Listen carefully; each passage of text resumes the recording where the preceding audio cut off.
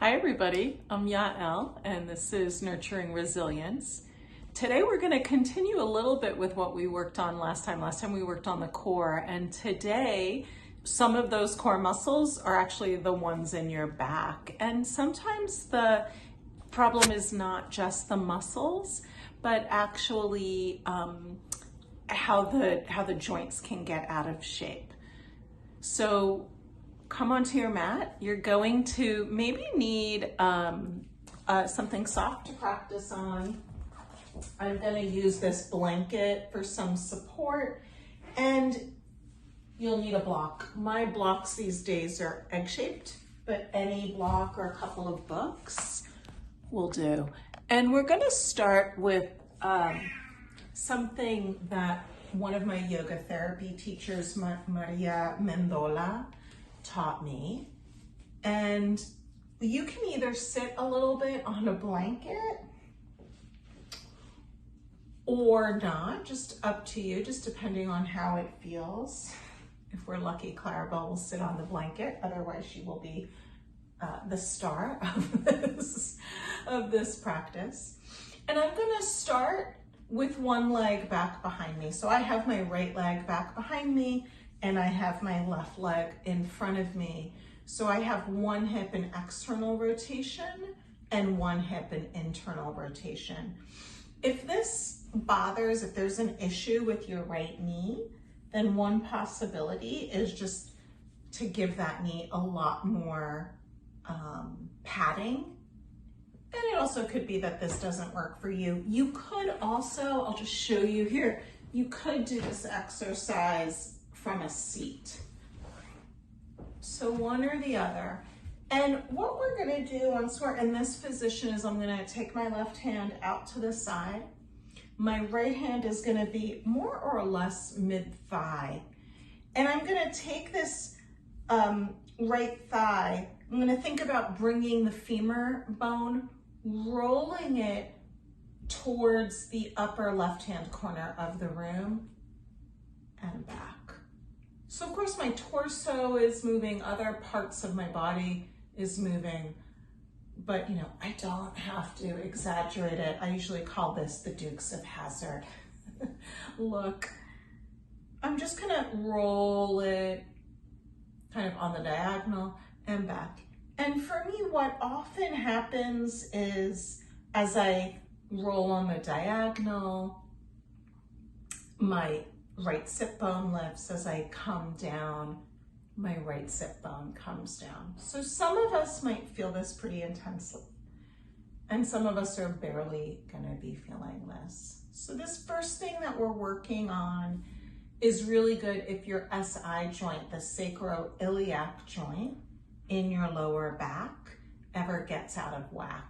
So the sacrum is a triangular shaped bone, pretty flat. You could feel it just by the base of the spine. And then the iliac crest are those two bones that form the butterfly wings of your pelvis. And sometimes maybe we've fallen on it or we have had a car accident, and so they get out of place. So we're just gonna really gently pay attention to what's happening in our body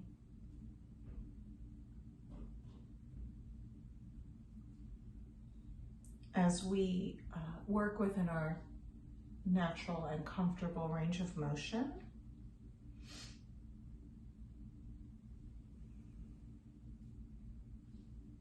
In a subtle but powerful movement.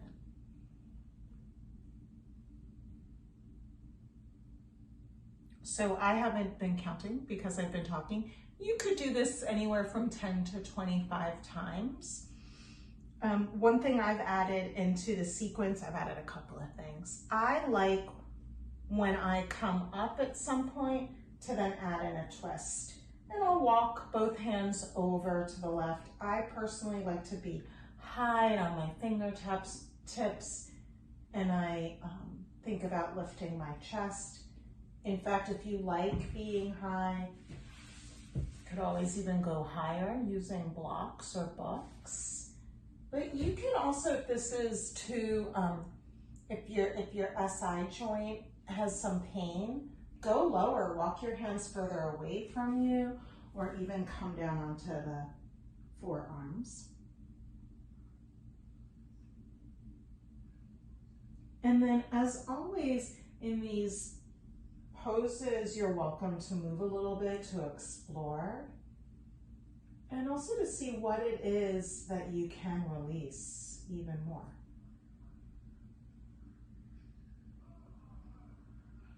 In my own body today, I noticed that applying just a little gentle hold on the front of the abdomens really helps.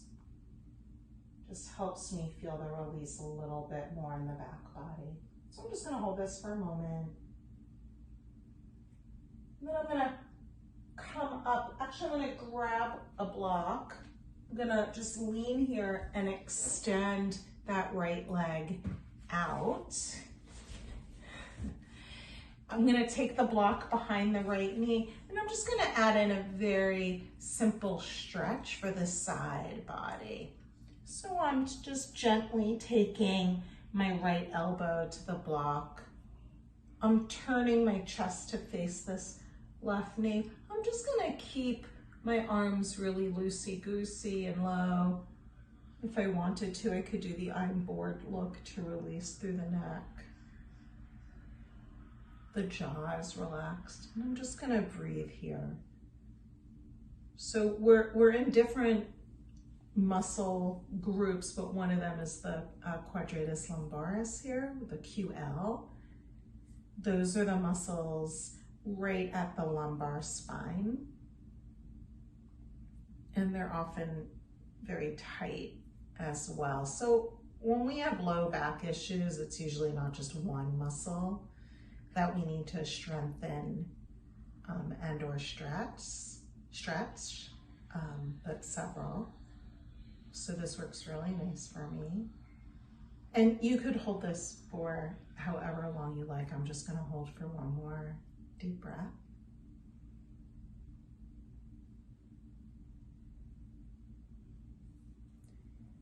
And then I'll come up,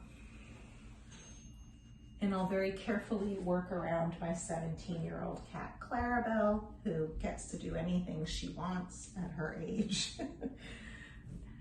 And I'm gonna go to the other side. And always one side feels completely different than the other. Again, if you'd like to pad under the knee, help yourself, or if you'd like to give yourself a little bit of a lift by using a blanket, help yourself. My right hand is going to go out to the side, my left hand about mid-thigh, and I'll begin by just rocking and rolling this left thigh forward and towards the upper right hand corner of the room. And you know, if you want to give yourself a little attitude with your Daisy Duke look, help yourself. It was actually a terrible show. I shouldn't be talking about it, but there was a certain aesthetic.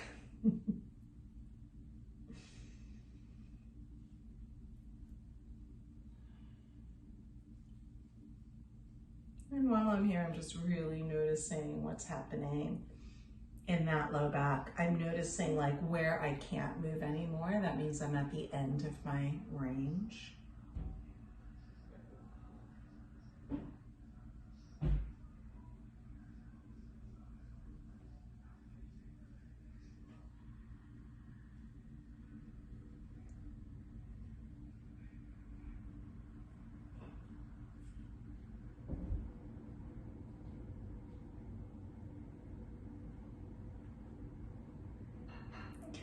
And then I'm just going to go ahead and do that twist towards the right. And again, you might, like me, feel really good being high, or you might prefer to be low. And just because you were in one place on the other side doesn't mean you're stuck with that previous decision. Our bodies are so different from one side to the next that give yourself permission to either move between poses or even to find some gentle exploration here. And just notice what feels good. When I just started doing this and moving a little bit, I could feel a little crack in my spine. And for me, that's a sign of release.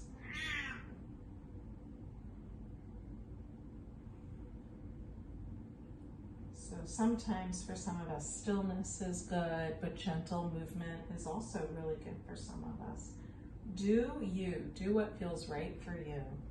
For me, yoga is all about agency and choice.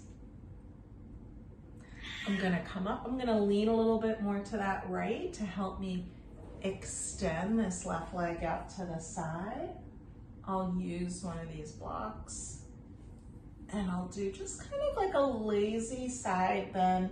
I am thinking about turning my torso to the extent possible towards that right knee. So I'm not kind of closing through my chest and keeping it open, and I'm really trying to accentuate the sensation in the side body, but you'll feel it in these muscles, right, along the back. And then if I wanted to, I could also drop my head.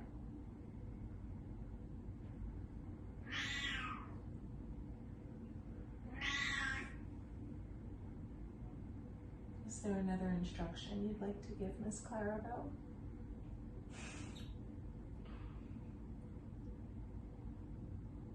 She does this during all my classes. If I put her outside the room, she comes in.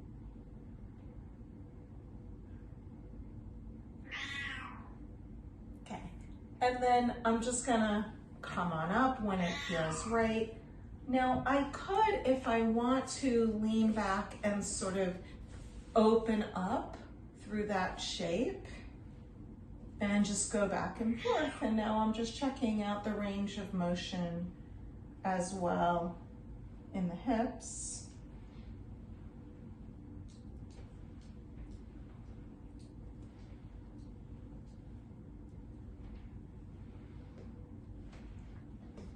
If I wanted to, I could also kind of take the opposite hand, so when both knees go to the left, I can bring my right arm over. I could also tap that opposite hand down and sort of do a little push-up. It's another good possibility. I could, and this is a little more strengthener, I could do no hands, and I could go back and forth.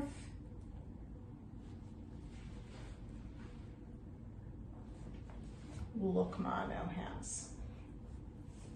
And you know, you could take this as much as you want. We're just gonna stop right here today. Okay, and then according to Maria, there's another step which actually involves standing. So we're gonna stand on up. Oops. And what I'm gonna do now is I'm just gonna march in place, but instead of emphasizing like the up of my hips, I'm actually gonna pretend that I'm stepping down.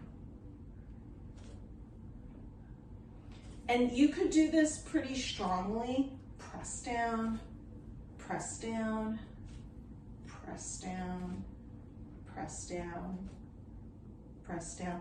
If if you need balance, then you could hold on to a chair while you do this.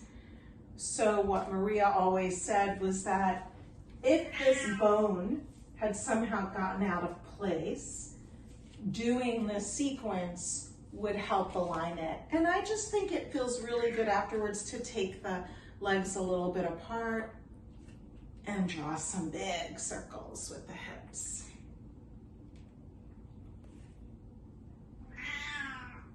Just go in one direction. I'm bending my knees really deeply, and then we go in the other.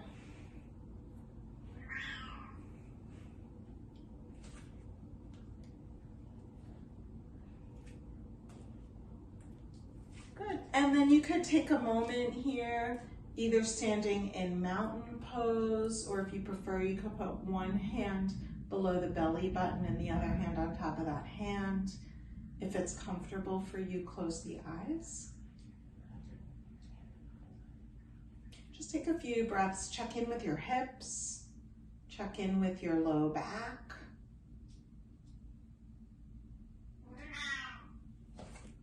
And this could be a wonderful sequence even to do daily, especially if you notice that that back is hurting you a lot. So I'd love to hear what you think. Thank you so much for practicing with me today.